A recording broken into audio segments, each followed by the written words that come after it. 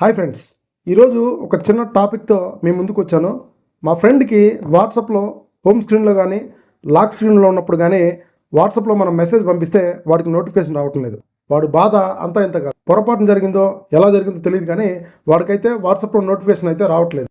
వాట్సాప్లో మనం పంపించే మెసేజ్ హోమ్ స్క్రీన్ మీద కానీ లాక్ స్క్రీన్ మీద కానీ ఎలా కనపడాలి, ఆ సెట్టింగ్ ఎలా ఆన్ చేసుకోవాలో ఈ వీడియోలో మనము క్లియర్గా తెలుసుకుందాం.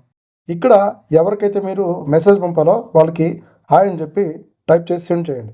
కానీ ఇక్కడ అతని మొబైల్లో ఎటువంటి నోటిఫికేషన్ అయితే లేదు.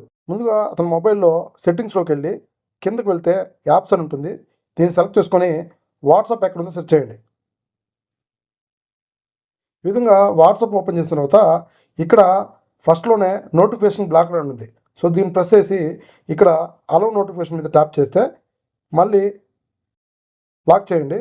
ఇప్పుడు వేరే మొబైల్ నుంచి అతనికి హాయ్ అని మెసేజ్ టైప్ చేసి సెండ్ చేయండి. సో వెంటనే అతనికి లాక్ స్క్రీన్ మీద హోమ్ స్క్రీన్ మీద ఈ విధంగా అయితే డిస్ప్లే అవుతుంది. సో ఫ్రెండ్స్, ఈ ఇన్ఫర్మేషన్ మీకు నచ్చితే మీ ఫ్రెండ్స్కి షేర్ చేయండి. ఒక చిన్న లైక్ కూడా చేయండి. Thank you.